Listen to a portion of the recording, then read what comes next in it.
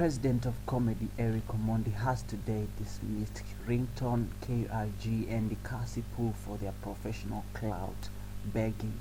The controversial comedian has also promised to support all upcoming content creators in the country to match those of Nairobi.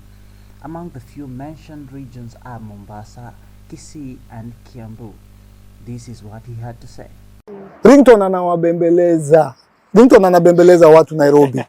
Chekibudu kuna kipindi naomba Ringtone analipa paka. Anatoa hela anaomba please kujeni mseme naishi Runda. Na KRG. KRG sasa KRG akona budget. Hao watu ukiona pale kwa plug wanakaa poa. Lakini behind the stage wana beg. True story. Kasipul. Bro, niko town bana. Ntangoja sheke siondoki. Zandani. Saa ngapi sasa hii? Utakuja saa 5 usiku. Sasa ni nitakusubiria jua nataka kukula hewa. So but 6 months ago, sasa Mombasa tulieni tu. Na yeye atachukua 2 months. Zanza kuingia. Sasa unapigia mtu who is this? Tukausha vibaya. Mwanzo wasanii wakubwa mtu hata hajakuwa verified na hata ni mtu anajulikana tunamwambia njoo bana tupatie kitu. Ana kukausha kweli.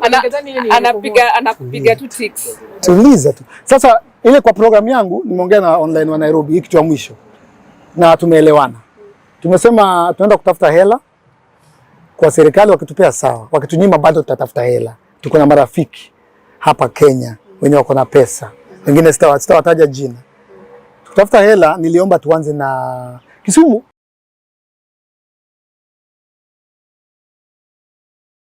Let me hear from you. What's your take on the story? Leave a comment below. Don't forget to subscribe. This is Neza News Report.